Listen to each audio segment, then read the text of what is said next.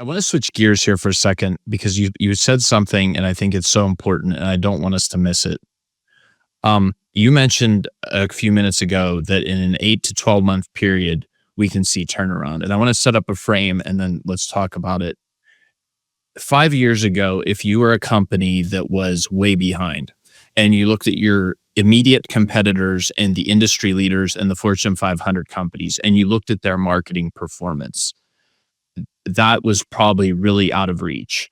And you were talking about 3 to 5 years of consistent large investment to get anywhere near nipping at their heels. Mhm. Our position today is that it has never been easier to catch up Mhm. quicker and Yes. more cost effectively because of the maturity of the agency space, the maturity of ideas like fractional CMOs, and the technology, AI, all of the stuff and all the tools we can use. It's never been easier and more cost effective to catch up more quickly than it is today. Could you maybe talk about your perspective on that and how Awesome. we don't need $10 million, we don't need 10 years, we can move very quickly. Yes. Well, it's interesting because in one case, I work with a national commercial roofing company. Okay. And what's incredible is that this company, in a very short period of time, with a laughable marketing budget, has become a marketing leader. They were just recently had an incredible merger. So they are taking over the country. And they're sincerely the leaders in their space for commercial roofing, simply because we have tied together and given them a cohesive marketing strategy, a cohesive marketing presence, where honestly, in that space, no one else is doing that. So just Sure. by the sheer volume of getting their stuff together, they've already been able to grow by leaps and bounds, because compared to the competition that don't have a clue, right? Because they have, again, handshake relationships. Sure. Their sort of legacy team has never invested or thought about, right? But as this CEO is a little bit of a younger guy, he's in his early 40s, he knew how important this was. Sure. And so in addition to the handshake relationships, because they've got these big national clients, in addition to the conferences, they have built out this systemized, organized, and strategic marketing function for their business, and have been able to see incredible growth in a very short period of time. Because and for anyone that's listening that's like not convinced, this leaps and bounds, this is a moment in time.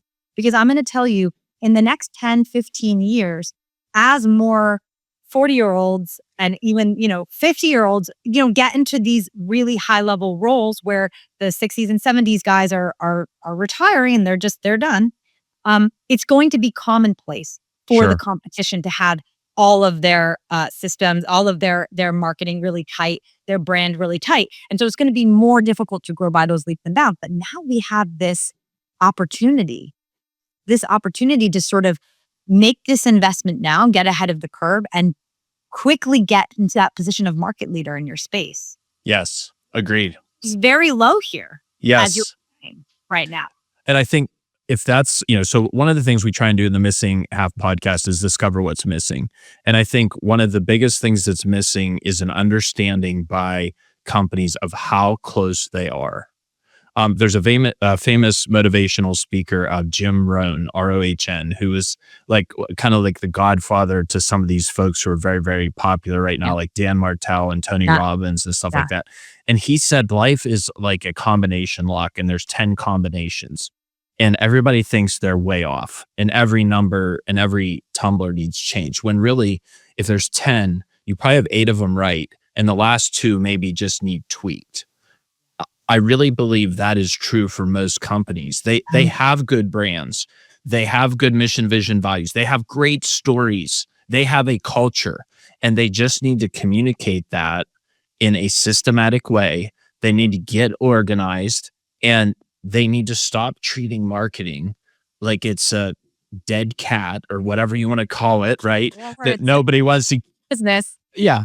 You are, it's so funny because one of the things that I believe very strongly in is what I call I call it, no, I think it came from Tony Robbins, which is the 10-degree shift. Sure. This concept of the 10-degree shift. Yeah, no, it's his idea, not mine. I was going to say it's my idea. No, because he talks about the golf swing. In a lot of his speech, he talked about the golf swing, and he says, oftentimes it's this tiniest 10-degree shift that's going to make that, have a more precise outcome. And it could not be more true when it comes to sales and marketing.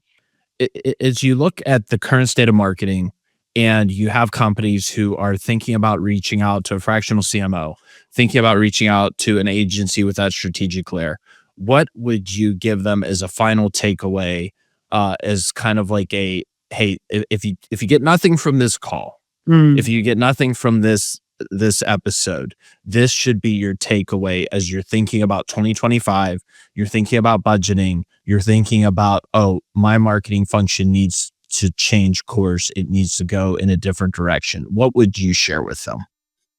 Well, my career has really, in my education, has been marked by this insatiable desire to learn from very successful CEOs and founders. So you mentioned Dan Martell. Yep. Dan was actually a client of mine. Oh, wow. I had the opportunity to be inside of his business. And let me tell you, I've worked with founders that have built unicorn status businesses. I've worked with folks like Dan who have built and sold many businesses.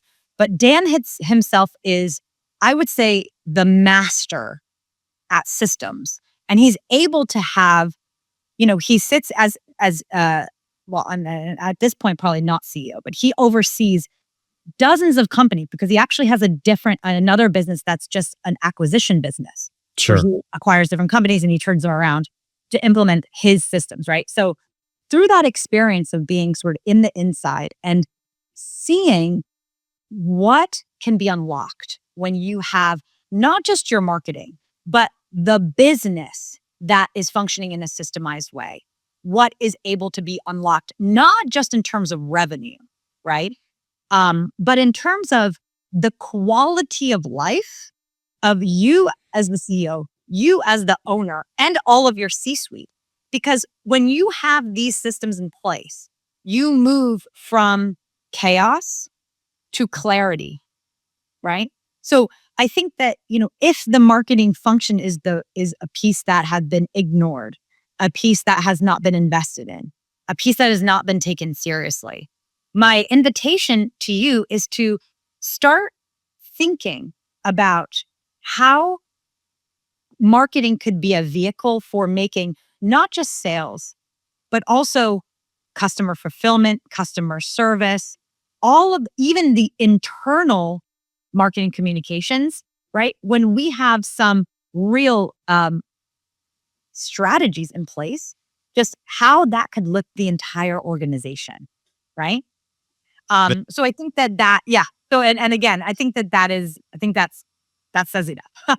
No, that's great. And I think if we can move from chaos to clarity, if we can move, and I'm sure many of these folks have looked at this like, oh, marketing, we've never figured it out. How do these other people in my industry that are the leaders, that are the Fortune 500, how did they figure it out and I can't? Because a lot of these owners, founders, and C-suite, they're very, very intelligent. They're very accomplished in their field, whether it's engineering or chemistry or whatever space they're in, right?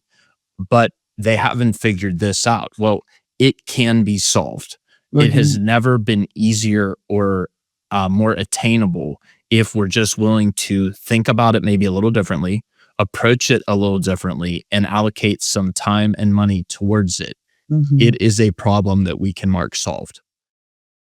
Thanks for watching this clip of the Missing Hat podcast brought to you by 50 Marketing. Be sure to check out the full episode linked below and our other resources.